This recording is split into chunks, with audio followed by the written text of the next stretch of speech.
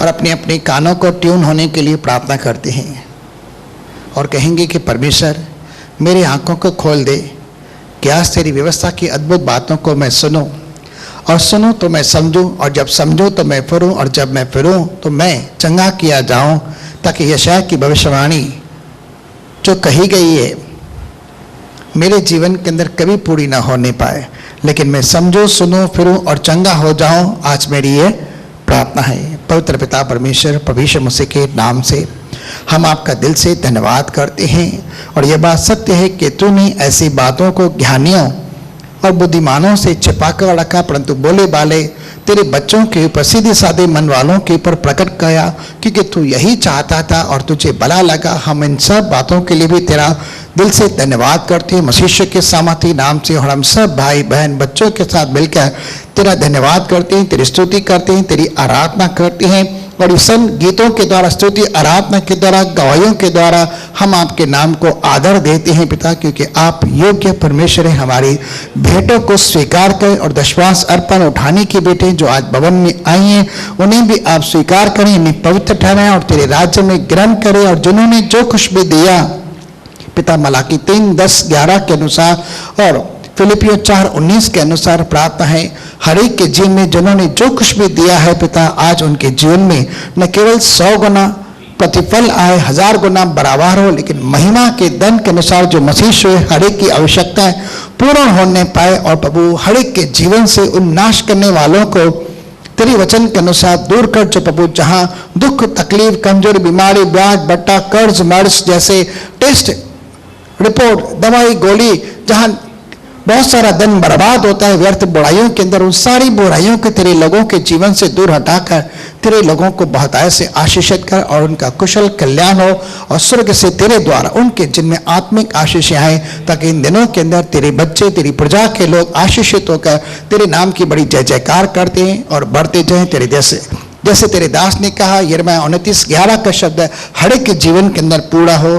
और तेरे दास के ऊपर भी अनुग्रह करना, तेरी आत्मा के सामर्थ और मसीह से बनना, बोलने वाला वह ना, तेरी आत्मा हम सब के साथ बात करे और आत्मा के द्वारा हमारे जीवन के अंदर बड़ी बेदारी आए, प्रभु यीशु मसीह के पवित्र और सामर्थी नाम से। और एक जोरदार ताली देंगे परमेश्वर की महिमा में।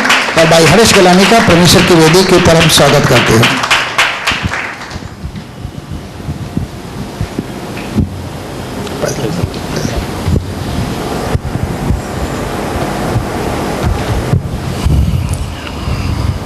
Praise the Lord.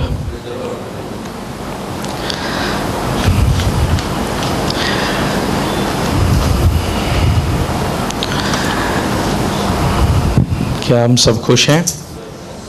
क्योंकि परमेश्वर ने आज का दिन बनाया है। आमीन। चलिए, हमने पिछले सप्ताह देखा था कि जैसे प्रकाशित वाक्य के 6 अध्याय के अंदर जो किताब 7 मोहरों से बंद थी, बाइबल बताती है कि मेमना जब आता है उसे यह अधिकार दिया गया है कि वह इस पुस्तक को खोल सकता है, क्योंकि वह वध होकर इस पुस्तक के ऊपर खोलने के लिए जयवंत हुआ है। हालेलुया। यानी यीशु मसीह को यह अधिकार जो है, यह परमेश्वर का पुत्र होने के कारण नहीं मिला, लेकिन जो उसने अपना बलिदान दिया और मृत्यु को हराया, शैतान को हराया, इसके द्वारा यीशु मसीह विजयी हुआ है। और वह मृत्यु को हराकर, शैतान को हराकर, सारी मानव जाति जिस पाप में थी उसको वहाँ से निकालकर यहाँ पर योग्य हुआ है। लेकिन एक चीज़ है कि वह जब मोहर को खोलता है, हमने पिछले सप्ताह देखा था कि यह एक ऐसे समय की शुरुआत है जो पृथ्वी पे अब तक कभी देखा नहीं गया। मती बताता है 24 अध्याय कि यह ऐसा समय जो पृथ्वी के आरंभ से लेकर अब तक कभी घटा नहीं। और जैसे आप 6 अध्याय को पढ़ते हैं, एक एक मोहर खुलती है, हम देख रहे हैं क्या हो रहा है। अगर आपको याद होगा, हमने पढ़ा था करके कि 1/4 जो पृथ्वी की आबादी है वह क्या हो जाएगी? समाप्त हो जाएगी। तो मान लीजिए करके इस समय 800 करोड़ है। यीशु मसीह कब आते हैं, थोड़ा समय चला जाता है, विश्वासी बढ़ जाते हैं। जितने सारे विश्वासी निकल जाएंगे उसके बाद जितने बचते हैं उसमें से हम अमूमन ऐसे पकड़ते हैं कि चलो 800 करोड़ की आबादी है, समझाने के हिसाब से तो 200 करोड़ जो हैं वे क्या हैं, एक झटके के अंदर 200 करोड़। हालेलुया। मैं सोच रहा था कि जब कोरोना हुआ था तब लोग किसी के पास जा नहीं पा रहे थे मदद करने के लिए। अभी आप इमेजिन कीजिए कि एक व्यक्ति मरा पड़ा है और 3 लोग सिर्फ मौजूद हैं उसको उठाने के लिए। कितने? क्योंकि 1/4 मरा हुआ है, 3/4 बचा हुआ है, यानी 3 लोगों के पीछे एक व्यक्ति को उठाने के लिए कितने लोग बचे हैं? मतलब थोड़ा सा जरा सोचिए कि अगर कोरोना के काल के अंदर जब इतनी मृत्यु नहीं हुई थी, लोग परेशान थे करके, उनके पास साधन नहीं था करके, यह शुरुआत है ऐसे कठिन समय की, बाइबल बताती है। और यह तो अभी गाड़ी यहाँ से स्टार्ट हुई है, हम जब आगे जाएंगे हमें पता चलेगा कि आखिर यह समय कौन सी लेवल तक जा रहा है। मैं एक बात बार बार दोहराता हूं, कभी आपके रोंगटे खड़े होते हैं या तो आप बहुत आत्मा के अंदर भर जाएं तभी ऐसा होता है, या बहुत सारा भय आपके ऊपर छा जाए तभी ऐसा होता है। हालेलुया। लेकिन किसी मरे हुए इंसान के रोंगटे खड़े होते देखे हैं? मैं ऐसे मानता हूं कि ऐसा समय किसी मुर्दे के रोंगटे खड़ा कर दे। सोचिए वक्त समय क्या होगा। हालेलुया। लेकिन यीशु मसीह के कारण हमारे ऊपर जो करुणा है, हम कलीसिया जो हैं ऐसे समय के द्वारा जो है वे बचाए गए हैं, उस प्रभु के क्रोध के द्वारा हम बचाए गए हैं। लेकिन उसके लिए कंडीशन है कि हमें तैयारी करना है। मैं पास्टर जी के साथ डिस्कस कर रहा था, उन्होंने मुझे एक बात पे जोर दिया कि जैसे हमने देखा कि चौथी मोहर खुलती है, शायद तीसरी, जो भर का शेर, हाँ, तो उन्होंने एक चीज के और मेरा ध्यान केंद्रित किया कि एक दिन की जो लेबर है, यानी मनुष्य जो एक महीने के अंदर कमाता है, पूरा मेहनत करता है, उसे जो मिलता है उसे थोड़ा सा क्या मिलता है? सामग्री मिल रही है खाने के लिए। मतलब इतनी महंगाई बढ़ जाएगी कि लोगों के पास पर्याप्त पैसा भी नहीं होगा कि वे जाकर खरीद पाएं करके। हालेलुया। और बाइबल बताती है कि जैसे एक औरत का जब जच्चा पीड़ा उठती है तो वह शुरुआत होती है, वैसे ये समय शुरुआत है उनका। चलिए हम समय को नहीं गंवाते हैं, इतना सा ब्रीफ हमने किया है करके, किस रीति से मेमना उस पुस्तक को खोलने के योग्य हुआ है करके। चलिए आज का जो मुख्य टॉपिक है करके, जिसके विषय में मैंने आपको पहले ही बताया था करके, पौलुस जो है वह एक दिन के विषय में बात करता है, वह है यीशु मसीह का दिन। और जितने सारे पुराने नबी हैं या हम देखते हैं करके, पौलुस ने खुद भी पहला थिस्सलुनीयों 5 अध्याय के अंदर एक दूसरे दिन के विषय में बात की। वह वहां पर लिखता है कि प्रभु का दिन, यहोवा का दिन। पुराने नबी में हम जाते हैं, वहां पर हमें पता चलता है, पुराने नियम की पुस्तकों में बार बार एक दिन का जिक्र किया गया है कि प्रभु का दिन या यहोवा का दिन करके। आज हम इन दोनों दिनों के विषय में कुछ सीखने को जा रहे हैं। थोड़ा सा गौर कीजिएगा करके, ताकि आप समझ पाएं कि क्या ये 2 दिन जो हैं वह दोनों एक ही हैं, या ये जो 2 दिन हैं उनके अंदर कोई भिन्नता है। हालेलुया।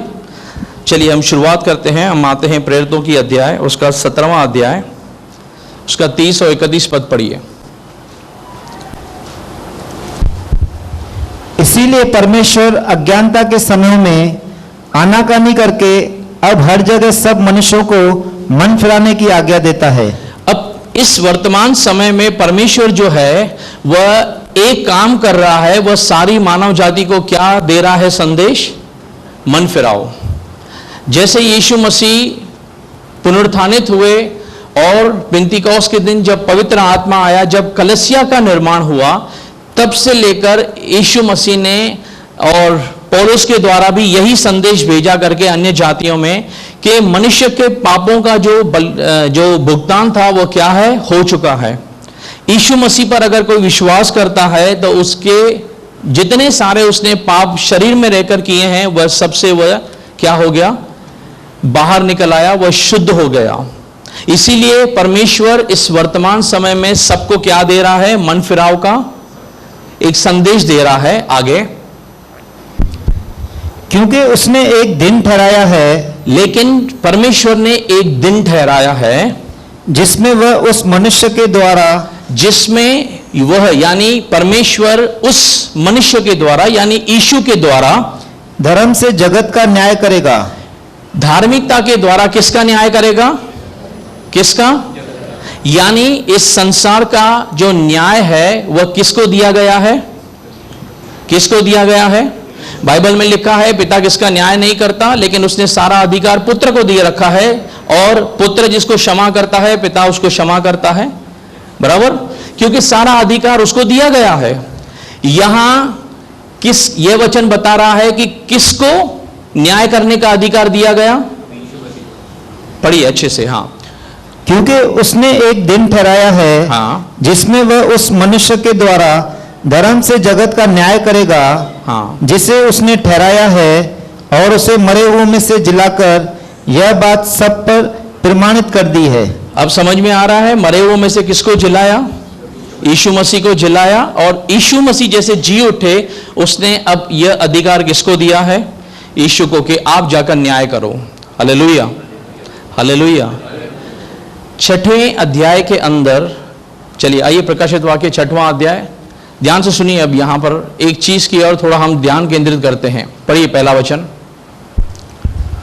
फिर मैंने देखा कि मेमने ने उन 7 मोहरों में से एक को खोला। किसने मोहरों को खोला, किसने, मेमने ने। मेमना कौन है, प्रेरित का वचन कहता है कि उसने किसको अधिकार दिया है, प्रभु यीशु मसीह को। और यहां बताया गया है कि जब यह मोहर खोल रहा है, जब न्याय की शुरुआत हो रही है, कौन खोल रहा है, मेमना खोल रहा है। हालेलुया। अब मेमना जो है वह जगत के अंदर न्याय स्टार्ट कर रहा है करके। हालेलुया। इस बात को समझिए, जब यीशु मसीह पहली बार यहां पर आया पृथ्वी पर, वह प्रभु का क्या बन के आया, मेमना बनकर आया, यानी जगत को उसने पश्चाताप का संदेश दिया है करके।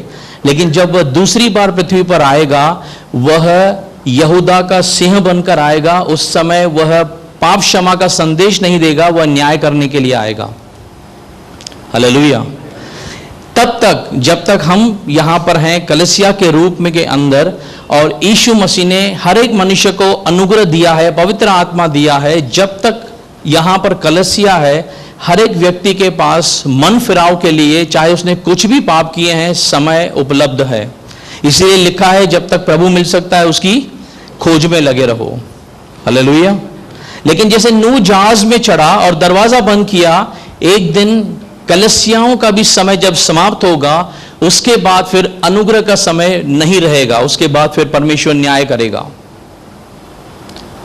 इसीलिए एक जीवित आशा हमारे पास है, कलीसिया के पास है, कि यीशु मसीह के साथ हम कहां राज्य करेंगे, स्वर्ग के अंदर।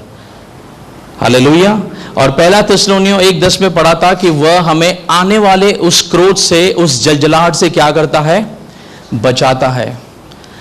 तो आपको यीशु मसीह में केवल नया जन्म नहीं मिला है, आपको यीशु मसीह में क्या मिला है। जब आप बाइबल को अच्छे से समझेंगे तब आपको पता चलेगा कि परमेश्वर जो है वह एक धर्मी को क्या रिवॉर्ड दे रहा है।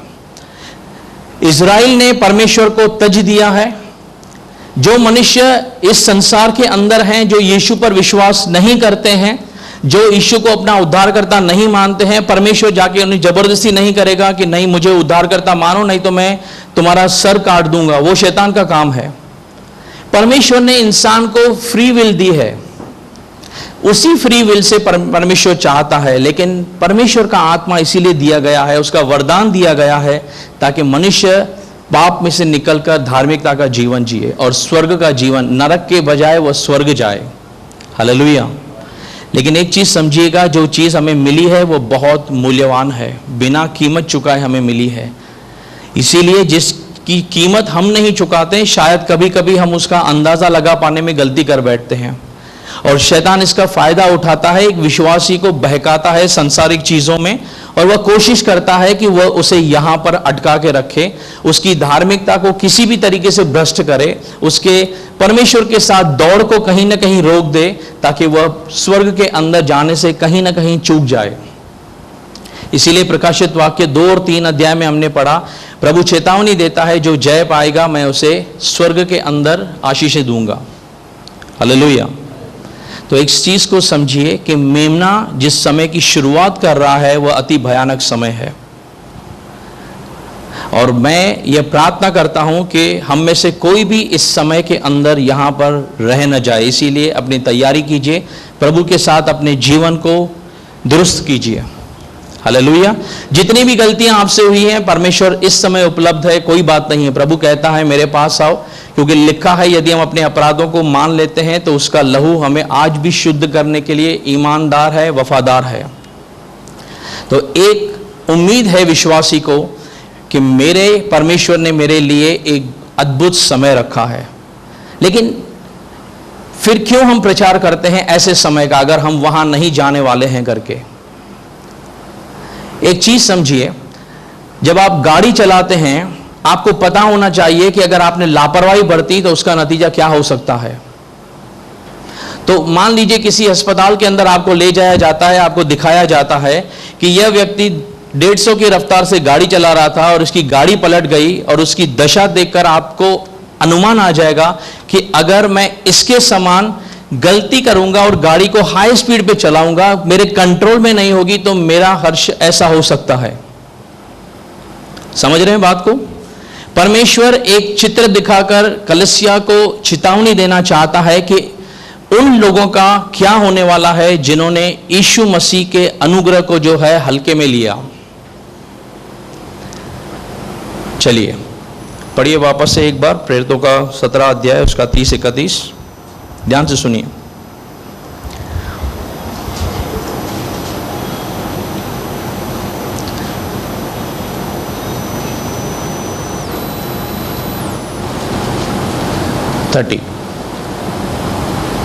इसीलिए परमेश्वर अज्ञानता के समय में आनाकानी करके अब हर जगह सब मनुष्यों को मन फिराने की आज्ञा देता है। इसीलिए परमेश्वर अज्ञानता के समयों में, यानी जब मनुष्य को पता नहीं था या उन्होंने नहीं समझा है करके, थोड़ा परमेश्वर रुका हुआ है करके, हर एक जगह सब मनुष्य को मन फिराने की आज्ञा दे रहा है। तो जितने सारे लोग आज्ञा को मानते हैं, मन फिराते हैं करके, बहुत अच्छी बात है। आगे बढ़िए।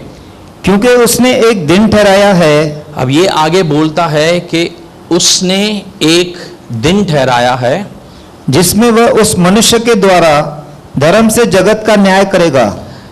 जगत का न्याय करेगा, ध्यान से समझिए, जगत का न्याय करेगा करके, इस संसार का न्याय करने वाला है। आगे, जिसे उसने ठहराया है और उसे मरे हुए में से जिलाकर यह बात सब पर प्रमाणित कर दी है। यानी उसने प्रकट कर दिया है कि आने वाले समय के अंदर यीशु मसीह न्याय करेगा।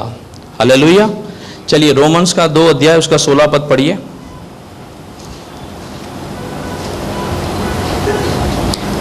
जिस दिन परमेश्वर मेरे सुसमाचार के अनुसार यीशु मसीह के द्वारा मनुष्यों की गुप्त बातों का न्याय करेगा। पौलुस लिखता है कि यह उस दिन होगा जिस दिन मेरे सुसमाचार के अनुसार यीशु मसीह के द्वारा किसका न्याय करेगा? गुप्त बातों का न्याय करेगा। कौन सी चीज लिखा गया है करके इंग्लिश में? प्रभु जज करेगा। इस बात को समझिए कि पौलुस जो है वह पहला व्यक्ति है बाइबल के अंदर जो यह लेकर आता है कि यीशु मसीह का दिन, किसी और के द्वारा बाइबल के अंदर इस शब्द के विषय में या इस दिन के विषय में जिक्र नहीं हुआ। लेकिन क्यों पौलुस ने इस अलग से दिन को यहां पर इंट्रोड्यूस किया है? परमेश्वर की आत्मा ने क्यों पौलुस के द्वारा इस दिन के विषय में कुछ जानकारी दी है। हालेलुया। क्योंकि बाइबल बताती है करके अच्छे से आप समझेंगे। चलिए पहले हम थोड़ा सा पढ़ लेते हैं, आप समझ पाएंगे करके। फिलिपियन की पत्री उसका 1 अध्याय उसका 6 पद पढ़िए। थोड़ा ध्यान से सुनिए अब यहाँ क्या लिखा है। पौलुस कौन से दिन के विषय में जिक्र कर रहा है? और मुझे इस बात का भरोसा है कि जिसने तुम में अच्छा काम आरंभ किया है, यानी यीशु मसीह ने जिसने तुम्हारे अंदर अच्छा काम चालू किया है, वही उसे यीशु मसीह के दिन तक पूरा करेगा। वह उसे कौन से दिन तक पूरा करेगा? यीशु मसीह के दिन तक क्या करेगा? समाप्त कर। यानी उस दिन तक तुम्हारे अंदर जो उसने शुरू किया है उसका अंतिम पड़ाव क्या है? यीशु मसीह का दिन। तब तक वह तुम्हारे अंदर से वह अच्छा काम लगातार करवाता रहेगा। इसी का 10 पद पढ़िए। यहाँ तक कि तुम उत्तम से उत्तम बातों को प्रिय जानो, हाँ, और मसीह के दिन तक सच्चे बने रहो और ठोकर न खाओ। पौलुस यहां पर जब यह पत्र लिख रहा है फिलिपियों को, तब एक चीज कह रहा है करके कि तुम जो है उत्तम बातों को प्रिय जानो, मसीह के दिन तक क्या बने रहो? सच्चे बने रहो, ईमान में रहो, और क्या न खाओ? ठोकर न खाओ। हालेलुया। यहां पर पौलुस परमेश्वर का दिन, यहोवा का दिन करके, प्रभु का दिन करके नहीं लिखता है। वह कहता है मसीह के दिन तक तुम्हारे पास सुरक्षा बनी रहे। हालेलुया। इस चीज को समझिए, यह एक पर्पस के अनुसार वह लिख रहा है। चलिए आगे बढ़ते हैं। 2 अध्याय उसका 16 पद पढ़िए। इसी में 4 जगहों पर पौलुस महाशय जो हैं प्रभु के दिन के, यीशु के दिन के विषय में लिखते हैं। हम पढ़ते हैं पहले उनको। कि मसीह के दिन मुझे घमंड करने का कारण हो कि न मेरा दौड़ना और न मेरा परिश्रम करना व्यर्थ हुआ। वह उन्हें बताना चाहते हैं कि मैं तुम्हारे ऊपर यदि घमंड करूं तो मुझे मसीह के दिन पर तुम्हारे ऊपर घमंड होगा कि जो यत्न मैंने तुम्हारे विश्वास को बढ़ाने के लिए किया है, मैं उसके अंदर विफल नहीं हूं करके, कि मुझे भरोसा है कि परमेश्वर ने जो तुम्हारे अंदर भलाई का कार्य शुरू किया है वह उस दिन तक उसको पूरा करेगा। यानी यह उस दिन की विशेषता को बार बार बता रहा है कि उस दिन तक, रिवॉर्ड के दिन तक। आगे पढ़िए, एक और वचन पढ़ते हैं। 1 कुरिन्थियों की पत्री उसका 1 अध्याय 4 पद से हम पढ़ते हैं आगे। ध्यान से सुनिए यहां इस पैसेज में क्या लिखा है। मैं तुम्हारे विषय में अपने परमेश्वर का धन्यवाद सदा करता हूँ, इसीलिए कि परमेश्वर का यह अनुग्रह तुम पर मसीह यीशु में हुआ। हम सबके ऊपर प्रभु का अनुग्रह किसके द्वारा हुआ है? यीशु के द्वारा। बाइबल कहती है इब्राहिम की आशीषें अन्य जातियों में किसके द्वारा पहुंची? मसीह यीशु के द्वारा। बराबर। इब्राहिम को प्रभु ने आशीष किया, लेकिन हमारे पास इब्राहिम की आशीषें यीशु मसीह के द्वारा आई हैं।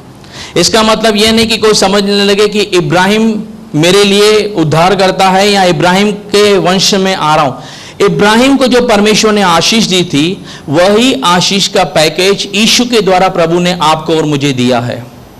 तो यीशु मसीह हमारे लिए क्या है? एक आशीष है, एक अनुग्रह है। आगे पढ़िए। कि उसमें होकर तुम हर बात में अर्थात सारे वचन और सारे ज्ञान में धनी किए गए। सिंपल है कि हम प्रभु के वचन के द्वारा प्रभु के अंदर बढ़ते हैं। आगे। कि मसीह की गवाही तुम में पक्की निकली। हाँ, पढ़िए आगे। यहाँ तक कि किसी वरदान में तुम्हें घटी नहीं, और तुम हमारे प्रभु यीशु मसीह के प्रकट होने की बात जोते रहते हो। लिखा है कि तुम्हें किसी वरदान की घटी नहीं है, और तुम किसकी इंतजार में हो? यीशु मसीह के प्रकट होने के। यानी यीशु मसीह के उस रूप के, उस बादलों पर आने के, प्रकट होने के तुम क्या कर रहे हो? इंतजार में हो। दूसरे शब्दों में हम कहें कि जब कलीसिया जाएगी करके और यीशु मसीह आएगा, कलीसिया को लेकर जाएगा, पौलुस यहां कहना चाहता है कि तुम उसके आने का इंतजार कर रहे हो। आगे। वह तुम्हें अंत तक दृढ़ भी करेगा, हाँ, कि तुम हमारे प्रभु यीशु मसीह के दिन में निर्दोष ठहरो। यह लिखता है कि वह तुम्हें अंत तक क्या करेगा? दृढ़ करेगा कि तुम यीशु मसीह के दिन तक क्या रहो? निर्दोष बने रहो। याद रखिए, इसीलिए मैंने बार बार आपको कहा कि पौलुस वह पहला व्यक्ति था जिसको परमेश्वर ने पूरा का पूरा कलीसिया का यहाँ से जाना कैसा होगा उसको प्रकट किया कि कलीसियाएं यहाँ से कैसे विदा होंगी। पौलुस कहता है कि हम सब सोएंगे नहीं, अंतिम तरी फूकी जाएगी पलक झपकते ही, और यीशु मसीह जो है वह नीचे उतरेगा, यहाँ से हम उठाए जाएंगे और हम बादलों पर हवा में उसके साथ क्या करेंगे, मिलेंगे करके, और ऐसे हम उसके साथ सदा बने रहेंगे। हालेलुया। यहां पर वह कहता है कि अंत तक तुम्हें दृढ़ करेगा। तो इस चीज को समझिए कि कलीसिया के लिए जो अंतिम पड़ाव है वह है मसीह का दिन, और पौलुस इस बात को जानता था, इसीलिए उसने इन बातों की पुष्टि की, उनको बार बार सिखाया। इसीलिए जब वह पहला थिस्सलुनीयों को 4 अध्याय में जब उनको संदेश लिखता है, वह उन्हें बताता है करके कि इन बातों के द्वारा तुम एक दूसरे को क्या दिया करो, शांति दिया करो, प्रोत्साहन दिया करो। फिर वह जब 5वें अध्याय में आता है, वहां वह लिखता है करके प्रभु के दिन के विषय में।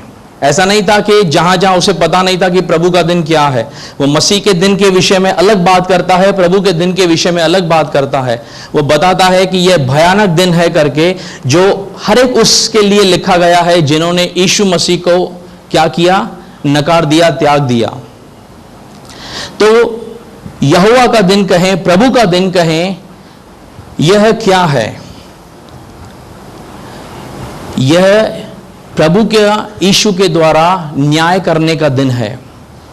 और यह किसका किसका न्याय करेगा? सबसे पहले इजराइल राष्ट्र का न्याय करेगा कि उन्होंने उस जीवन के स्रोत को, उस यीशु मसीह को जो यहां पर था, उन्होंने उसको पहचाना नहीं, और उन्होंने क्या किया, यीशु मसीह को तज दिया, त्याग दिया।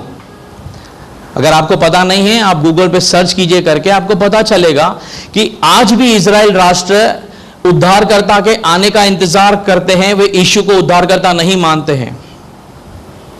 एक सबसे बड़ी विडंबना। दूसरा, वह न्याय करेगा उस सारे राष्ट्रों का, उस जगत का जिन्होंने यीशु को अपना उद्धारकर्ता नहीं माना, और उन्होंने हर एक वह बलिदान चढ़ाया, मूर्ति पूजा की, अलग अलग चीजें की जो परमेश्वर को रिस दिलाती हैं। और इसी पीरियड के अंदर परमेश्वर न्याय करेगा शैतान का और उसके सेनाओं का। यानी प्रभु का दिन जो है वह 3 तरह से पूरी तरीके से कार्य कर रहा है। इजराइल के लेकर कि उन्होंने परमेश्वर को क्या किया, त्याग दिया, परमेश्वर को पहचाना नहीं। सारे जितने सारे उस समय यहां पर राष्ट्र होंगे जिन्होंने अनुग्रह के समय को नहीं पहचाना, उनका न्याय करेगा। और शैतान और उसकी सारी सेना का, जो मसीह विरोधी आएगा या फिर उसके साथ झूठा नबी आएगा, उन सबों का परमेश्वर क्या करेगा, न्याय करेगा। हालेलुया। अब इस चीज को समझिए कि कलीसिया के लिए यीशु का दिन जो है वह कितना महत्वपूर्ण है, क्योंकि पौलुस बताता है कि हमारा अंतिम पड़ाव मसीह का दिन है, जिस दिन यीशु मसीह कलीसिया को यहां से निकालेगा। और कलीसिया के जाने के साथ यहां पर जो है वो जो टाइमर रुका हुआ दानियल का आखिरी सप्ताह, वो शुरुआत हो जाएगी, और यहां से भयानक समय शुरू होता है। एक चीज याद रखिएगा, कलीसिया का जाना हर एक विश्वासी का जाना नहीं है। अगर कोई विश्वासी यहां तैयार नहीं है तो वह यहां पर छोड़ दिया जाएगा। इसीलिए अपने विश्वास की रखवाली कीजिए, अपने विश्वास को अपने परमेश्वर के साथ बनाए रखिए। कहीं पर भी कोई ऐसी चीज आपसे न होने पाए जो आपके उद्धार के विषय में चूक करे आपसे। कोई कहेगा नहीं, ऐसा तो हो नहीं सकता, कोई भी विश्वासी यहां छूटेगा नहीं। अगर ऐसा नहीं होता तो 2 और 3 अध्याय प्रकाशित वाक्य कलीसियाओं के लिए चेतावनी नहीं होती। इसीलिए कलीसिया के जाने से पहले, उठाने से पहले यीशु मसीह चेतावनी दे रहा है, जो तुम्हारे अंदर बुरी बातें हैं मैं उनको देख रहा हूं, उनसे तुम निकल आओ तो मैं तुम्हें क्या कर दूंगा, जीवन का मुकुट दूंगा, सिंहासन में तुमको दूंगा, मैं तुम्हें श्वेत वस्त्र दूंगा और मैं तुम्हें अपने सामने बिठाऊंगा। फिर यहां एक ऐसा भयानक समय शुरू होता है जिसको पुराने नियम के नबी प्रभु का दिन करके कहते हैं। अब थोड़ा सा आपने देख लिया कि यीशु का दिन एक विश्वासी के लिए रिवॉर्ड है, लेकिन संसार के लिए, इजराइल के लिए यहोवा का दिन क्या है, पनिशमेंट है। अब थोड़ा सा समझिए, क्योंकि अब जैसे हम 6 अध्याय प्रकाशित वाक्य से आगे जाएंगे, आपको सब कुछ ये दिखाई देगा जो इन 7 सालों में यहां पर बीतने वाला है। तो वहां पर क्या हो रहा है, थोड़ा पहले हम समझ लेते हैं अलग अलग चीजों से कि प्रभु का दिन आखिर यीशु के दिन से कैसे अलग है। चलिए आइए हम शुरुआत करते हैं। हम आते हैं यशाया की पत्री, उसका 13 अध्याय, उसका 6 से पढ़िए। यहां से ध्यान से सुनिए, यह कौन से विषय में यशाया बात कर रहा है। हाय हाय करो, क्योंकि यहोवा का दिन समीप है। वह सर्वशक्तिमान की ओर से मानव सत्यानाश करने के लिए आता है। क्या लिखा है यहां पर? क्या करो? क्या लिखा है? हाय हाय करो, क्योंकि यहोवा का दिन कहां है? निकट है। वह सर्वशक्तिमान की ओर से क्या करने के लिए आता है? सत्यानाश करने के लिए आ रहा है। हालेलुया। आगे पढ़िए। इस कारण सबके हाथ ढीले पड़ेंगे और हर एक मनुष्य का हृदय पिघल जाएगा। ध्यान से सुनिए, लिखा है कि सबके हाथ क्या होंगे? ढीले पड़ेंगे, और सबका, हर एक मनुष्य का हृदय क्या होगा? यहां लिखा है कि किसी किसी का हृदय पिघलेगा। उस समय में यहां पर जितने लोग होंगे उनकी दशा ऐसी होगी कि उनका हृदय जो है वो जैसे कांपेगा बैठ के। आगे पढ़िए। और वे घबरा जाएंगे, उनको पीड़ा और शोक होगा, उनको जच्चा की सी पीड़ाएं उठेगी। वे चकित होकर एक दूसरे को ताकेंगे, उनके मुंह जल जाएंगे। आगे। देखो, यहोवा का वह दिन रोष और क्रोध और निर्दयता के साथ आता है। देखिए, बाइबल बताता है कि परमेश्वर का दिन जो है वह कैसे आता है? कैसे आता है? रोष के साथ और क्रोध के साथ आता है। अभी हमने जो यहां पर मसीह का दिन पढ़ा, कहीं पर भी पौलुस ने इसका जिक्र किया कि यह दिन जो है वह क्या है, कि वह तबाही का दिन है या वह बर्बादी का दिन है। पौलुस क्लियर है कलीसिया को लेकर कि वह मसीह का दिन जो है वह कलीसिया के लिए क्या है? अनुग्रह का समय है। वह अंतिम समय तक, यीशु के दिन तक तुम्हें क्या करे? बचाए रखे। आप अपने बच्चे को किसी तबाही के लिए तैयार करते हैं क्या कभी? कि भाई मेरे बच्चे को तैयार कराऊं ताकि वह तबाही के लिए तैयार करें। पौलुस कहता है कि तुम्हें यीशु के दिन तक, अंतिम दिन तक तुम्हें संभाले रखे। इसका मतलब क्या है? कि तबाही के लिए संभाल के रखे। वो बताना चाहता है कि एक समय है जो यीशु मसीह ने अनुग्रह का समय ठहराया है, यहां से निकलने का। वह समय तक तुमको संभालना है, क्योंकि जो यहोवा का दिन है वह अति भयानक है, जो लोगों पर आने वाला है, जो उस समय यहां पर रहेंगे 7 सालों के अंदर। और यह बताता है कि वह रोष का, क्रोध का और निर्दयता का समय है। आगे बढ़िए। कि वह पृथ्वी को उजाड़ डाले और पापियों को उसमें से नाश करे। हाँ, क्योंकि आकाश के तारागण और बड़े बड़े नक्षत्र अपना प्रकाश न देंगे, और सूर्य उदय होते होते अंधेरा हो जाएगा, और चंद्रमा अपना प्रकाश न देगा। जरा सोच के देखिए जो लिखा गया है कि आजकल आप उठें और आपको पता चले कि सूर्य जो है वह नहीं दिख रहा है, चंद्रमा काला पड़ गया है। लिखा गया है कि तारागणों से कुछ भी रोशनी नहीं आएगी, बाहर से परिस्थितियां बदली हुई हैं करके। कैसे होगा वह दिन? इमेजिन कीजिए जरा कि जब बाहरी चीजें जो हैं वह परमेश्वर उनके साथ डील कर रहा है, अंधेरा कितना होगा उस समय।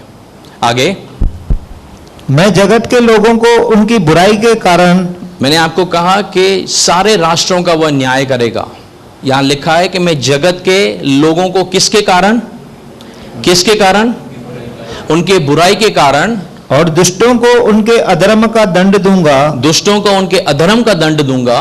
मैं अभिमानियों के अभिमान को नाश करूंगा। हाँ, और उपद्रव करने वालों के घमंड को तोड़ूंगा। हाँ। मैं मनुष्य को कुंदन से और आदमी को ओपीर के सोने से भी अधिक महंगा करूंगा। हाँ। इसीलिए मैं आकाश को कपाऊंगा। मैं किसको कंपाऊंगा? आकाश क्या हो जाएगा? भूकंप में धरती कांपती है। हालेलुया। जब आकाश हिलने लगेगा, सोच के देखिए जरा कि मान लीजिए हम यहां पर बैठे हैं और अचानक से आपको पता चलता है कि जितने सारे नक्षत्र हैं वह हिल रहे हैं। एक समझो कोई भी छोटा सा एस्ट्रॉइड आता है करके धरती की तरफ, तो वैज्ञानिक जो हैं वो बौखला जाते हैं करके कि अगर ये इससे टकरा जाएगा तो उसका क्या होगा। यहाँ सारा आकाश मंडल हिलाया जाएगा। और ये प्रकाशित वाक्य में लिखा गया है। अंतिम जब हम आगे बढ़ेंगे 6 अध्याय से, ये चीजें आप वहां देखेंगे जब हम पढ़ेंगे करके, और जब आपके सामने होंगी उस समय ध्यान दीजिएगा करके और परिस्थिति को गहराई से समझिएगा कि परमेश्वर ने कहां से, यीशु ने हमें बचाया है। यहां लिखा है आकाश को मैं कंपाऊंगा। आज तक कभी आपने देखा है ऐसी परिस्थिति कि आकाश को हिलाया जाए? देखा है? नहीं देखा। तो हम इमेजिन नहीं कर सकते वह कितना भयानक समय होगा। आगे पढ़िए। और पृथ्वी अपने स्थान से टल जाएगी, यह सेनाओं के यहोवा के रोष के कारण और उसके भड़के हुए क्रोध के दिन होगा। पृथ्वी कहां से हिल जाएगी? अपने स्थान से। यह परमेश्वर के, सेनाओं के यहोवा के रोष के कारण, उसके भड़के हुए किसके कारण होगा? क्रोध के कारण। अब एक चीज थोड़ा सा समझिए। मान लीजिए आपके पास एक मकान है और आपने वह किराए पे दिया है, और आपने एक एग्रीमेंट बना लिया, 11 महीने का बोल दीजिए या 12 महीने का बोल दीजिए कि यह मकान जो है 12 महीने के लिए मैंने इनको दे दिया है। तो क्या आप वही मकान किसी और को लीगली दे सकते हैं उसी पीरियड के अंदर? कब देंगे? जब उसका एग्रीमेंट खत्म होगा। सही है? सही है? एक चीज समझिए, जब परमेश्वर ने यीशु को स्वर्गारोहण हुआ, पवित्र आत्मा को नीचे भेजा, तब परमेश्वर ने मनुष्य जाति को यीशु मसीह के द्वारा एक समय दिया जो है अनुग्रह का समय। पवित्र आत्मा यहां है और हर एक व्यक्ति को मन फिराव का अवसर दिया गया है। बराबर? आज भी वह समय उपलब्ध है कि कोई भी व्यक्ति अगर मन फिराना चाहता है उसके पापों से, तो आज भी यीशु मसीह यहां पर उसको मन फिराने के लिए जो समय देता है वो मौजूद है। मौका है कि नहीं है? मौका। जब आप किसी व्यक्ति को एक बार घर किराए पे देते हैं, जब तक वह एग्रीमेंट समाप्त नहीं होता दूसरे को आप नहीं दे सकते हैं। तो परमेश्वर जब तक अपने अनुग्रह जो उसने प्रदान करके रखा है, जब तक वह समय पूरा नहीं होता उससे पहले न्याय नहीं कर सकता। परमेश्वर क्या है? अनुग्रहकारी है। क्या है? दयालु है। परमेश्वर मनुष्य का मुंह देखकर न्याय नहीं करता है। उसने जो एक बार कह दिया वह कह दिया। उसने कह दिया करके कि जो कोई मन फिराएगा मैं उससे क्या दूंगा? जीवन का मुकुट दूंगा। तो जब तक कलीसिया यहां पर है परमेश्वर न्याय नहीं कर सकता, क्योंकि एक तरफा उसने कलीसिया के द्वारा अनुग्रह देके रखा है और वह दूसरे तरफ से अपना न्याय प्रकट कर रहा है। यह दोनों चीजें साथ में नहीं होंगी। समझ रहे हैं बात को? इसका मतलब जब तक परमेश्वर ने अनुग्रह का समय को नहीं उठाया है, वह न्याय के लिए किसी को भी नहीं बोल सकता। एक न्यायाधीश सामने खड़ा हो और उसके वह लिख रहा हो कि मैं इसको सजा दे रहा हूं, और उसको पता चले भाई इसको तो सुप्रीम कोर्ट ने पहले से ही दया दे के रखी है, तो वो उसको दंड कैसे देगा? जब उसको पता चलेगा कि इसका अनुग्रह का समय समाप्त हो गया है, अब न्याय का समय है, तभी जो वह बोल सकता है, जो उसको सजा दे सकता है, वह क्या होगी? एप्लीकेबल होगी, यानी लागू होगी। इसका मतलब जब मसीह का दिन जिसके विषय में पौलुस बात कर रहा है, वह कलीसिया के लिए जाने का समय और अनुग्रह का समय है। जब तक वह दिन नहीं होता यहां से, तब तक यहोवा का जो दिन है उसकी शुरुआत नहीं हो सकती है। समझ रहे हैं बात को? जब तक अनुग्रह है यहां पर, तब तक परमेश्वर न्याय प्रकट नहीं करेगा। तो इसका मतलब क्या हम आराम से रहें, हम पूरी तरीके से मस्ती में करें क्योंकि अनुग्रह का समय चल रहा है, हम जो भी करें परमेश्वर तो कुछ कहेगा ही नहीं? लिखा है यदि हम इसके लिए पाप करें, नहीं, क्योंकि आप नहीं जानते, हो सकता है अगले पल, 1 सेकंड, 1 मिनट, 1 घंटे के अंदर यीशु मसीह आ जाए और हम अपने पापों को बिना माफी मांगे यहीं पर रह जाएं, तो क्या होगा? इसलिए समझिए करके कि हमें यहाँ पर जो समय मिला है वह कब समाप्त होगा हम नहीं जानते हैं। वह कौन से दिन, कौन सी घड़ी में कलीसिया यहाँ से जाएगी, लिखा गया है तुम समय दर समय तैयार हो, क्योंकि तुम नहीं जानते हैं कि वह कब आएगा। इसीलिए यीशु मसीह जल्द आ रहा है, इसीलिए यहाँ पर तैयारी कीजिए ताकि आप इस संसार के अंदर कहीं अटक न जाएं, कहीं आपकी तैयारी उन 5 कुंवारियों के समान अधूरी न रह जाए। इसीलिए आज का संदेश है कि हमें यहाँ पर अपनी तैयारी पर पूरी नज़र रखनी है। हालेलुया। चलिए हम आगे बढ़ते हैं। हम आते हैं योएल की पत्री, उसका 1 अध्याय, उसका 15 वचन पढ़िए। ध्यान से सुनिए यहाँ क्या लिखा है।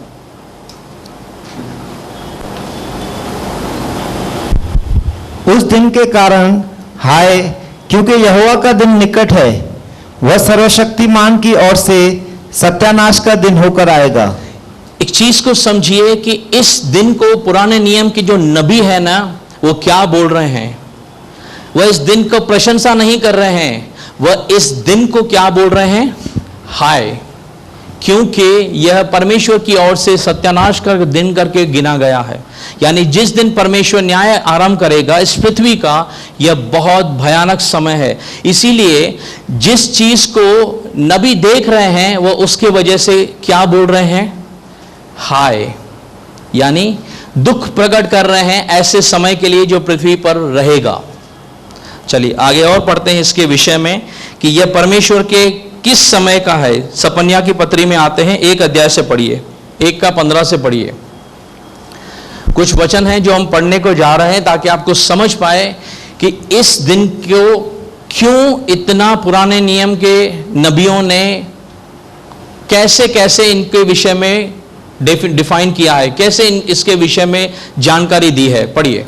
वह रोष का दिन होगा, वह संकट और सकेती का दिन, वह उजाड़ और उदेर का दिन, वह अंधेर और घोर अंधकार का दिन, वह बादल और काली घटा का दिन होगा। आगे पढ़िए। वह घर वाले नगरों और ऊंचे गुम्मटों के विरुद्ध नरसिंगा फूंकने और ललकारने का दिन होगा। मैं मनुष्यों को संकट में डालूंगा और वे अंधों की नाई चलेंगे, क्योंकि उन्होंने यहोवा के विरुद्ध पाप किया है। उनका लहू धूलि के समान और उनका मांस विष्ठा की नाई फेंक दिया जाएगा। पढ़िए आगे। यहोवा के रोष के दिन में न तो चांदी से उनका बचाव होगा और न सोने से, क्योंकि उसके जलन की आग सी सारी पृथ्वी भस्म हो जाएगी। वह पृथ्वी के सारे रहने वालों को घबरा कर उनका अंत कर डालेगा। यानी न सोना बचा सकता है, न चांदी बचा सकती है, न कोई दूसरी चीज बचा सकती है उस दिन के अंदर। हालेलुया। जब ऐसा दिन, ऐसा समय आएगा जब परमेश्वर पूरी तरीके से इस पृथ्वी को, उन लोगों को जिन्होंने यीशु मसीह के समय को या उसके अनुग्रह को नहीं पहचाना है, तब क्या भयानक परिस्थितियां होंगी जरा इमेजिन करके देखिए। और परमेश्वर कलीसिया को यहाँ उस समय के लिए नहीं रखना चाहता, क्योंकि कलीसिया ने उसके बिना देखे अब उसके पुत्र के ऊपर अनुग्रह से विश्वास किया कि हाँ, हम यीशु मसीह को देखे नहीं हैं, हम यीशु मसीह को मिले नहीं हैं, लेकिन हम उद्धारकर्ता करके उसको मानते हैं कि भाई यीशु के कारण मेरे पापों की मुझे क्षमा मिली है। और यही यीशु मसीह कहता है, धन्य है जो मुझे बिना देखकर विश्वास करता है। तो उस विश्वास का प्रतिफल जो है वह यीशु मसीह देना चाहता है कि आपने जब मुझ पर ईमान लाया तब वह समय जो है वह आपके जीवन में वैसा नहीं होगा। आपका बच्चा पहला आता होगा और जो बच्चा फेल होता होगा, आप दोनों को एक ही रिवॉर्ड दोगे? क्या दोगे? जो पहला नंबर आया या जो पास होकर आया उसको आप क्या दोगे? पुरस्कार दोगे। लेकिन जो फेल होकर आया उसको क्या दोगे? उसको भी पुरस्कार दोगे कि उसको आप डांटोगे? डांटेंगे, हो सकता है आप मारें भी उसको कि भाई क्या करके आया तू, पास कैसे नहीं हुआ। तो जो कलीसिया में आप हो तो आप यीशु के अनुग्रह के कारण पास किए गए हो। यही ग्रेस है जिसने हमको यीशु मसीह में आगे बढ़ाया है। तो उसके ग्रेस को समझिए, उसको हल्के में मत लीजिए, उसको पकड़ के रखिए करके। इस दिन को देखकर आपको पता चलेगा कि मुझे यीशु को क्यों पकड़ के रखना है। हालेलुया। समझ रहे हैं? आप किसी ट्रेन के अंदर हैं तो आप सुरक्षित हैं, लेकिन मान लीजिए अचानक से कोई ट्रेन के बाहर गया और वह गिर पड़ा, तो उसकी हालत क्या होगी? अच्छी होगी कि बुरी होगी? तो उस व्यक्ति को आप पूछेंगे, वो कहता है कि मैंने लापरवाही बरती, मैं जब तक ट्रेन में था सुरक्षित था, मैंने लापरवाही बरती, मैं गिर गया। तो जब हम यहां पर हैं, हमें हर दिन कोशिश करनी है कि मुझे यीशु मसीह को पकड़ के रखना है, क्योंकि शैतान मुझे खींचना चाहता है और यीशु नहीं चाहता है कि हम संसार के साथ दोषी ठहरें। इसीलिए यीशु ने हमें आने वाले समय के लिए एक मीरास दी है करके। चलिए हम आगे बढ़ते हैं, इसी समय को थोड़ा और से बारीकी से जांचते हैं कि यह क्या है। योएल की पत्री उसका 2 अध्याय उसका 2 वचन पढ़िए। वह अंधकार और तिमिर का दिन है, वह बदली का दिन है और अंधियारे का सा फैलता है। जैसे बोर का प्रकाश पहाड़ों पर फैलता है, वैसे ही एक बड़ी और सामर्थी जाति आएगी। प्राचीन काल में वैसे कभी नहीं हुई और न उसके बाद भी फिर किसी पीढ़ी में होगी। इसका 31 पद पढ़िए।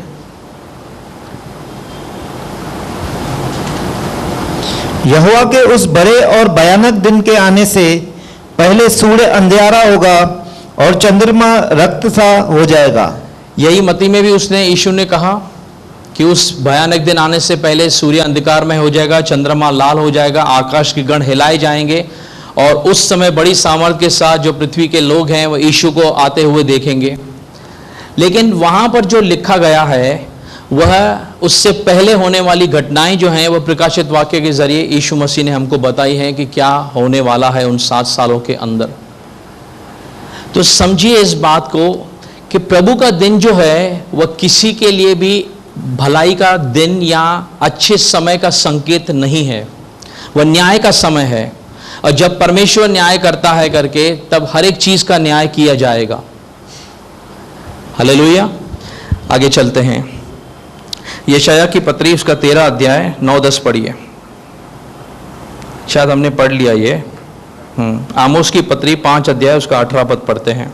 मैं कुछ वचन आपको जानबूझ के पढ़ा रहा हूं ताकि आपको समझ सकें कि यह पुराने नबी, अलग अलग नबियों ने इस समय के विषय में क्या कहा है। हाय तुम पर जो यहोवा के दिन की अभिलाषा करते हो। ध्यान से सुनिए इस चीज को, क्या लिखा है? हाय तुम पर जो किसकी आशा करते हैं?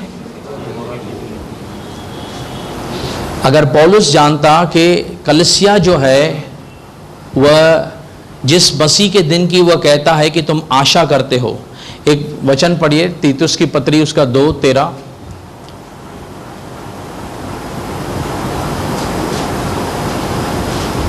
और उस धन्य आशा की अर्थात अपने महान परमेश्वर और उद्धारकर्ता यीशु मसीह की महिमा के प्रकट होने की बाट जोते रहे। ब्रदर 12 से पढ़िए। और हमें चिताता है, परमेश्वर हमें चिताता है कि हम अभक्ति और सांसारिक अभिलाषाओं से मन फेर कर इस युग में संयम और धर्म और भक्ति से जीवन बिताएं। यह हर एक विश्वासी के लिए पहले दिन से परमेश्वर ने नियम बना के रखे हैं कि अगर हम विश्वास में आते हैं तो वापस जाके पाप नहीं करना। बराबर। कलीसिया को परमेश्वर ने ये बातें दी हैं और जब कलीसिया इन बातों के ऊपर विजय ले आती है, अगला पद पढ़िए, क्या लिखा है? और उस धन्य आशा की, तब हमें एक आशा है। हम जिस आशा में जी रहे हैं वर्तमान समय में, कलीसिया जिस आशा में जी रही है, अर्थात अपने महान परमेश्वर और उद्धारकर्ता यीशु मसीह की महिमा के प्रकट होने की बाट जोते रहे। हम किस आशा में हैं कि हम अपने परमेश्वर, अपने यीशु मसीह की क्या देखेंगे?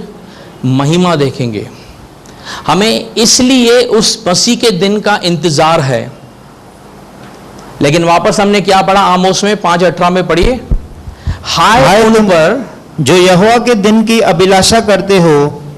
मुझे एक चीज बताइए, अगर आमोस उस दिन के विषय में कहता है कि जो उस दिन की आशा करता है उस पर हाय, तो पौलुस अगर उसी दिन के विषय में बात कर रहा होता तो वह हमारे लिए भी कहता कि तुम इसका इंतजार कैसे करते हो, क्योंकि हाय है उस दिन के लिए।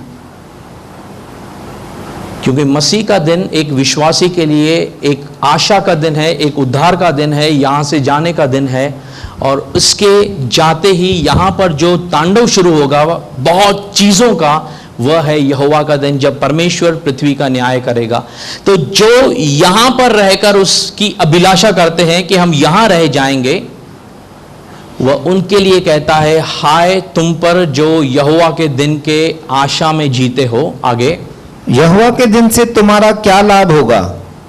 वह जो उजाले का नहीं अंधियारे का दिन होगा। वह आशा का नहीं निराशा का दिन है, क्योंकि जब वह आएगा, नूह जब प्रचार कर रहा था कि कुछ आने वाला है, इस जहाज में मुझे परमेश्वर ने बनाने के लिए कहा है, तब लोग उसका मजाक उड़ा रहे थे कि नूह कभी बारिश को आते हुए देखा है क्या? लेकिन जब परमेश्वर ने दरवाजा बंद किया, बारिश आई, तब उनके रोंगटे खड़े हो गए, क्योंकि उन्होंने कभी भी इस कदर बारिश को देखा नहीं था। तो जो चीज देखी नहीं थी, जब उनके सामने आई, तब उनको नूह की बातें याद आने लगी कि नूह क्या बोल रहा था। अब क्या करें, क्योंकि वो दरवाजा बंद है। तब उनको वहां पर रहना कितना भारी पड़ा। आप जाके नूह के समय के लोगों से पूछिए कि उन्होंने उस समय नूह के शब्दों को कभी भी गंभीरता से नहीं लिया। उनको लग रहा था करके वो उसका मजाक उड़ा रहे थे कि कैसा भी होता है क्या। आज तक ऐसा समय हमने देखा नहीं है जो आने वाले समय में होगा। इसीलिए बहुत सारे समय क्या होता है करके हम इसको हल्के में लेते हैं, अब देखा जाएगा जो होता है करके। लेकिन याद रखिए, यीशु मसीह में हमें एक आशा है जब तक। इसीलिए हमने देखा कि जो यूहन्ना है वह स्वर्ग में एक दरवाजा खुला हुआ देखता है। लिखा है जो मसीह में है उन पर दंड की आज्ञा नहीं है। यीशु मसीह हमें यहां से बचाता है करके, इसीलिए हमें यीशु मसीह में आशा है। समझिए इस बात को करके, यह यहां पर लिखा गया है कि वह दिन से तुम्हें कुछ लाभ होने वाला नहीं है। आगे बढ़िए, 20 तक कंप्लीट कीजिए। जैसा कोई सिंह से भागे और उसे बालू मिले, या घर में आकर बीट पर हाथ टेके और सांप उसको डसे।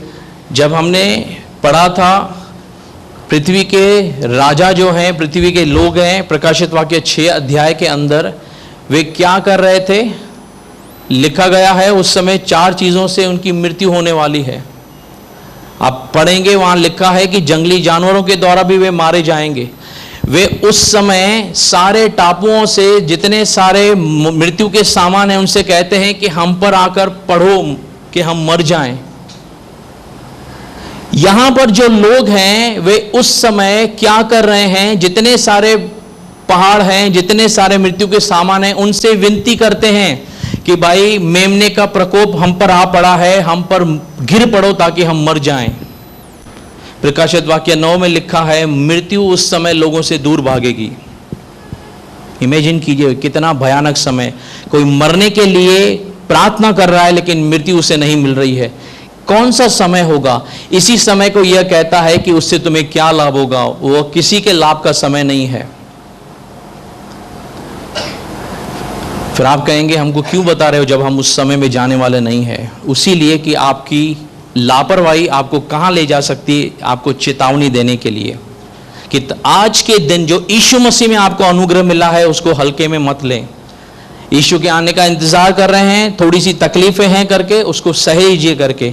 आपको संसार में परेशानी होती है, कोई आपको यीशु मसीह के कारण टोकता है, ले लीजिए करके, लेकिन आप पकड़ के रखिए यीशु मसीह को। बहुत सारे ऐसे लोग हैं जिनको कुछ प्रार्थनाएं उनकी पूरी नहीं हुई, उन्होंने यीशु मसीह को छोड़ दिया। लेकिन इस चीज को समझिए कि यीशु मसीह का सिर्फ इस संसार में, पौलुस कहता है अगर हम इसी संसार में उससे उपेक्षा करते हैं सबसे बड़े हम अभागे हैं। हम आने वाले समय में जो परमेश्वर हमारे लिए रखता है हम उसकी आशा कर रहे हैं। हालेलुया। एक चीज मुझे ईमानदारी से बताइए, यहोवा का दिन जो है वो कैसा लगता है आपको? उसको किस कैटेगरी में रखेंगे?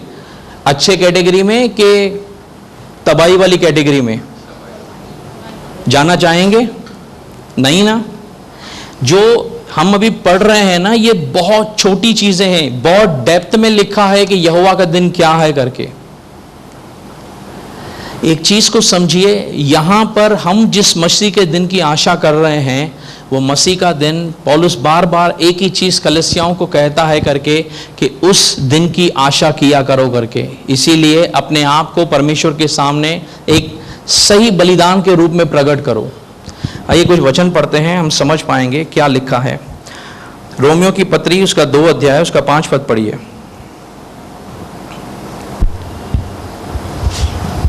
पर अपनी कठोरता और हठीले मन के अनुसार उसके क्रोध के दिन के लिए, जिसमें परमेश्वर का सच्चा न्याय प्रकट होगा, अपने निमित्त क्रोध कमा रहा है। यह उसके विषय में लिखा गया है। अब पौलुस लिख रहा है, क्या लिख रहा है कि अपनी कठोरता और हठीले मन के अनुसार, यानी उस व्यक्ति को जिसने यीशु पर विश्वास नहीं किया, उसके क्रोध के दिन के लिए। कौन से दिन के लिए? वही दिन जो क्रोध और रोष का दिन है। क्या लिखा है? जिसमें परमेश्वर का क्या प्रकट होता है? न्याय प्रकट होता है। अपने निमित्त क्रोध कमा रहे हैं, यानी वह व्यक्ति जो यीशु मसीह को तज रहे हैं, जो उसके अनुग्रह को हल्के में ले रहे हैं, जो पवित्र आत्मा का या उद्धारकर्ता का नहीं पहचान रहे हैं, वह अपने लिए क्रोध जमा कर रहे हैं।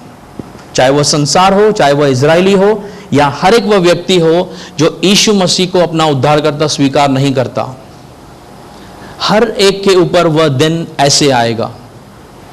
आगे पढ़िए, दूसरा पत्रस उसका 3 अध्याय उसका 10 वचन पढ़िए। पत्रस महाशय क्या कहते हैं यहोवा के दिन के विषय में? परंतु प्रभु का दिन चोर की नाई आ जाएगा। उस दिन आकाश बड़ी हड़हड़ाहट के शब्द से जाता रहेगा। अब यहां लिखा है प्रभु का दिन चोर के समान आ जाएगा। पौलुस कहता है कि हमें पता नहीं है वह दिन कब आने वाला है। मसीह का दिन भी कैसा आ रहा है? चोर के समान। इसीलिए यहां कंफ्यूजन होता है कि मसीह का दिन और प्रभु का दिन एक ही है। लेकिन अगर प्रभु ने अलाउ किया तो हम नेक्स्ट सभा के अंदर देखेंगे करके कि कैसे पौलुस जो है इन दोनों दिनों के विषय में बता रहा है। यह आपस में जुड़े हुए दिन हैं। मैं थोड़ा सा आपको ब्रीफ कर देता हूं करके। मान लीजिए 2 चीज़ों को मैंने साथ में जोड़ा है, ऐसे समझ में आ रहा है? या ऐसे पकड़ लेते हैं। यह दोनों चीज़ें कैसे जुड़ी हैं? साथ में जुड़ी हैं। तो मैं अगर इनको साथ लेके चल रहा हूं तो आपको क्या दिखाई देगा? एक ही चीज़ दिखाई देगी, क्योंकि ये जुड़े साथ में हैं। एक है मसीह का दिन, एक है प्रभु का दिन। लेकिन जिस दिन ये छुड़ाई जाएंगी, इनका दोनों का डेस्टिनेशन चेंज हो जाएगा। फिलहाल इतना समझ लीजिए, आने वाले सभा में हम देखेंगे कि यह कैसे जुड़े हुए हैं, कब अलग होंगे। तो लिखा गया है करके कि प्रभु का दिन कैसे आता है? चोर के नाई आता है, अचानक से आता है। आगे, उस दिन आकाश बड़ी हड़हड़ाहट के शब्द से जाता रहेगा। पतरस कंफर्मेशन कर रहा है इस बात की, क्योंकि पतरस ने पौलुस से सीखा था इन बातों को करके कि आकाश बड़ी तबाही के साथ हिलाया जाएगा और तत्व बहुत ही तप्त होकर पिघल जाएंगे। हाँ, और पृथ्वी और उस पर के काम जल जाएंगे। देखिए पतरस इस बात की पुष्टि कर रहा है। आगे, तो जबकि ये सब वस्तुएं इस रीति से पिघलने वाली है, तो जब यह सब कुछ होने वाला है, तो तुम्हें पवित्र चाल चलन और भक्ति में कैसे मनुष्य होना चाहिए। मैं यहां पर खड़े होकर बार बार आपको एक ही चीज बोलता हूं कि जब आप प्रभु का दिन देख रहे हो, हमें कैसा होना चाहिए। तो यही संदेश है जो पतरस मां से देना चाहता है कि भाई, जब तुम देख रहे हो कि यहोवा का दिन बहुत भयानक है, तो तुम्हें कैसे पवित्र होकर जीना चाहिए। आगे, और परमेश्वर के उस दिन की बात किस रीति से जोड़ना चाहिए। कौन से दिन की बात? परमेश्वर के उस दिन की बात कैसे जोड़नी चाहिए? कौन से दिन की? मसीह के दिन की इंतजार कैसे करना चाहिए? और उसके जल्द आने के लिए कैसा यत्न करना चाहिए। आपको यह आशा होनी चाहिए कि भाई यीशु जल्दी आए, ताकि मैं इन झमेले में ना रहूं, जिसके कारण आकाश आग से पिघल जाएंगे। यानी उसके आने के कारण आकाश क्या हो जाएगा? आग से पिघल जाएगा। और आकाश के गण बहुत ही तप्त होकर गल जाएंगे। उसके बाद आकाश पिघल जाएगा, तत्व गल जाएंगे। यह पढ़ना सुनना बहुत साधारण सा दिखता है, लेकिन जब होगा तब आपको पता चलेगा, या उन लोगों को पता चलेगा कि आखिर कैसे थोड़ी सी गर्मी, टेम्परेचर बढ़ता है, इंसान को बर्दाश्त नहीं होता। यहां पर तत्व ग्रह पिघलने लगेंगे, क्या हालत होगी जमीन पर। इमेजिन कीजिए क्या परिस्थितियां होंगी, भयानक से भयानक परिस्थितियां होंगी उस समय पृथ्वी की। एक और वचन पढ़िए ब्रदर, प्रकाशित वाक्य 6 अध्याय उसका 17 वचन।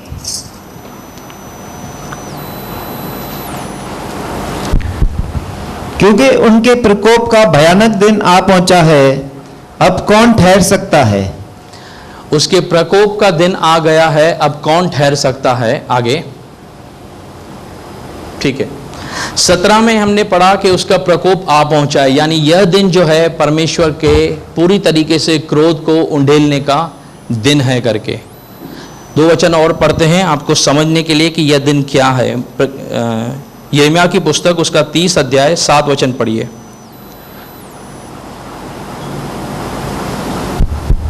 हाय हाय, वह दिन क्या ही भारी होगा, उसके समान और कोई दिन नहीं। वह याकूब के संकट का समय होगा, परंतु वह उससे भी छुड़ाया जाएगा। अब आप इंग्लिश ट्रांसलेशन पे ध्यान दीजिए, वहां एक शब्द लिखा है अलास। इस चीज को सर्च कीजिए, इसका मतलब वेदना से कराहते हुए लिखा गया शब्द कि हाय हाय, वह दिन क्या है, बहुत भारी है, उसके समान और कोई दिन नहीं है। वह किसका समय काल है, संकट का? याकूब के संकट का समय है, परंतु उससे छुड़ाया जाएगा। अब याकूब जो है वह पुराना नाम है इजराइल का। मैंने आपको कहा कि यह इजराइल से न्याय का समय है करके, परमेश्वर इजराइल से भी डील करेगा, लेकिन फिर परमेश्वर ने इब्राहिम के कारण, इसहाक के कारण और अपने दास याकूब के कारण इजराइल को थोड़ा सा इसके अंदर रियायत दी है करके। लेकिन परमेश्वर उन सबों को जो लोग यीशु मसीह को त्यागते हैं उनका न्याय करेगा इस समय के लिए। हालेलुया, यह बहुत भयानक समय है करके। और पौलुस इस बात की पुष्टि करता है कि यह कलीसिया के लिए यीशु का दिन जो है वह क्या है, आशा का समय है। वह न्याय, वह उसके आने का, उसके प्रकट होने का, उसके वो कहता है बार बार कि तुम उसके प्रकट होने का इंतजार करो।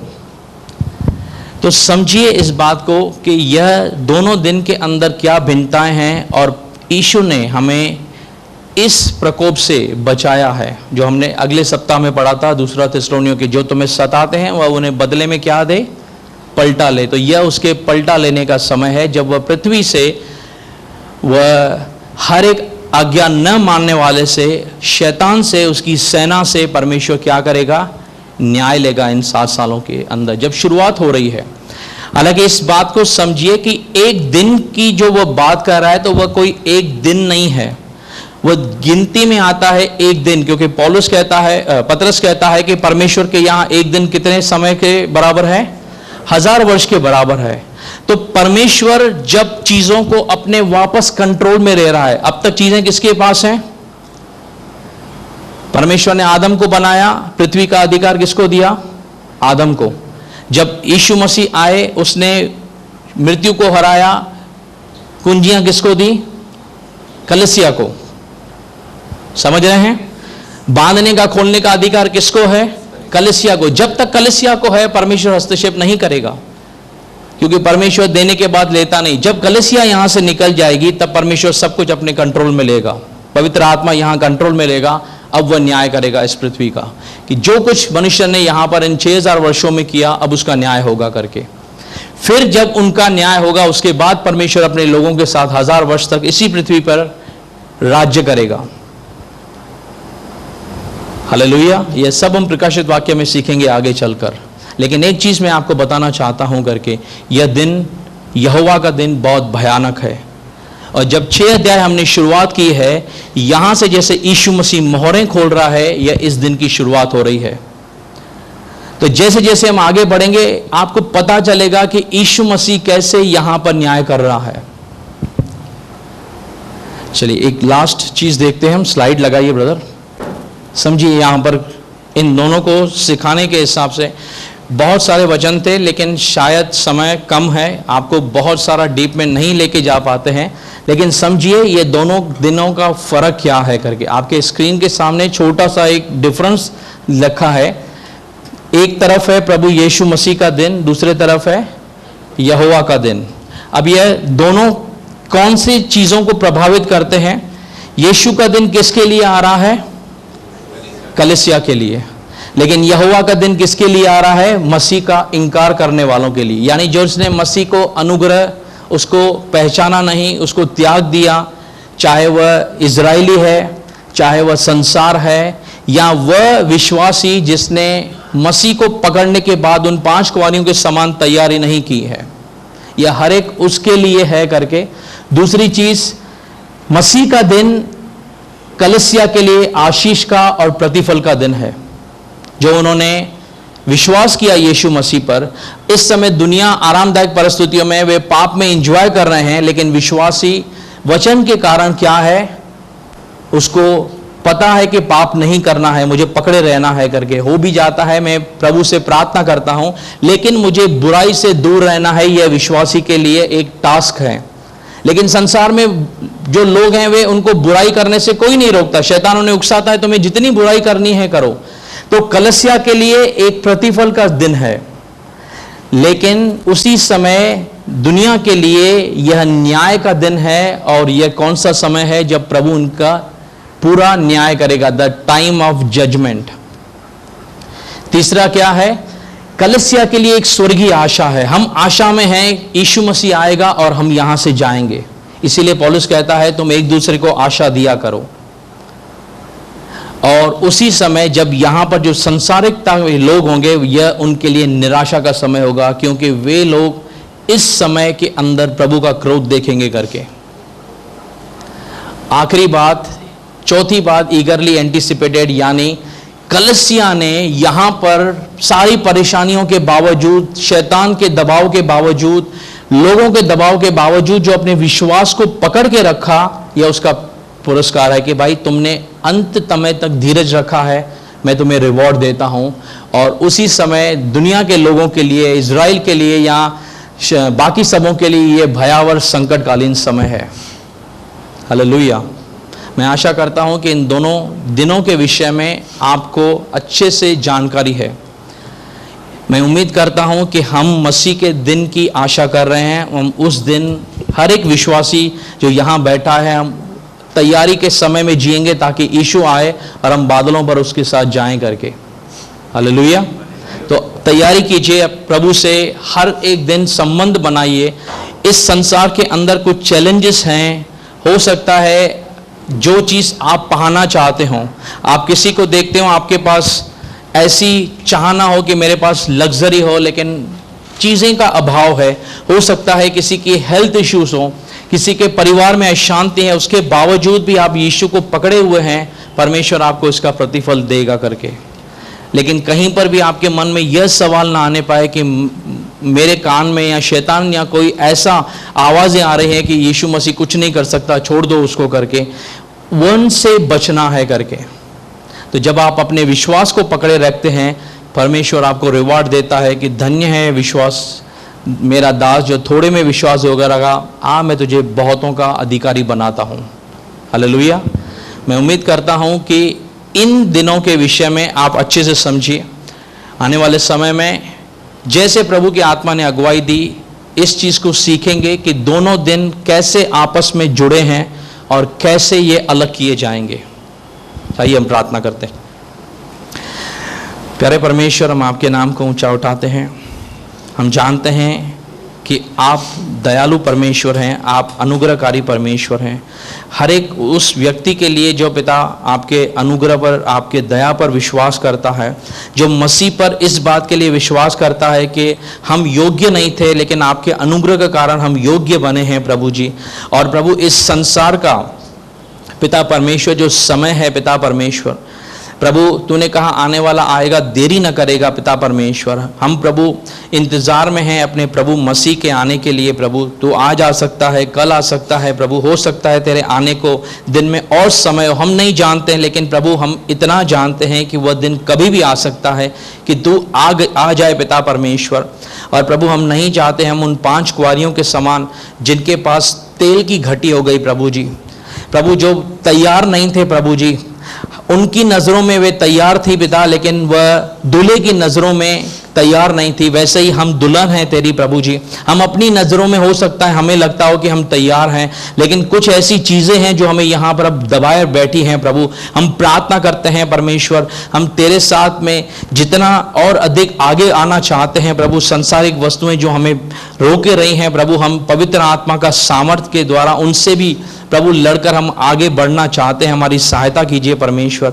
हर एक उस व्यक्ति की सहायता कीजिए जो इस समय अपने विश्वास में स्ट्रगल कर रहा है परमेश्वर। प्रभु बाइबल कहती है यदि हमसे कोई गलती हो जाए, कोई गुनाह हो जाए, तो हमारा आज भी मध्यस्थ है प्रभु यीशु मसीह। प्रभु हम उसके नाम से प्रार्थना करते हैं। हर एक विश्वासी प्रभु जो यहाँ बैठा है, हर एक कलीसिया जो प्रभु पृथ्वी पर है, कोई छूटने न पाए प्रभु। हम प्रार्थना करते हैं उसकी तैयारी पूरी होने पाए प्रभु जी, ताकि जब आप आए हम सब आपके साथ बादलों पर जाने वाले बने पिता परमेश्वर। प्रभु हम अपने प्रियजनों के लिए, अपने घर वालों के लिए, अपने मित्रों के लिए मांगते हैं प्रभु, क्योंकि जितने सारे लोग इस दिन में जाएंगे जो यहोवा का दिन है, उनकी दशा बहुत भयानक होने वाली है प्रभु। हम दुआ करते हैं उनकी आंखें खुलने दे प्रभु जी, उनको मन फिराव का वरदान दे, ताकि वे भी प्रभु विश्वास करें और पिता परमेश्वर उनका उद्धार होने पाए। हम आपसे दुआ प्रार्थना में अनुग्रह चाहते हैं परमेश्वर। प्रभु अपने देश के लिए प्रार्थना करते हैं, हमारे देश में लोगों को आशीष कर, उनकी आंखें खुलने दे और उन्हें भी मन फिराव का मौका दे, ऐसी हमारी आपसे प्रार्थना है। आप बोझ दे रहे हैं प्रभु, हम इजराइल राष्ट्र के लिए प्रार्थना करते हैं, उनके शांति के लिए, उनकी आंखें खुलने के लिए हम प्रार्थना करते हैं, ताकि अधिक से अधिक लोग बचाए जाएं। ऐसी हमारी आपसे दुआ प्रार्थना है। हम घटें आप बढ़ें, दुआ प्रार्थना मिलकर यीशु के नाम से मांगते हैं। सुनो स्वीकार कर हमारे आत्मिक पिता, आमीन। प्रभु आप सबको आशीष करें।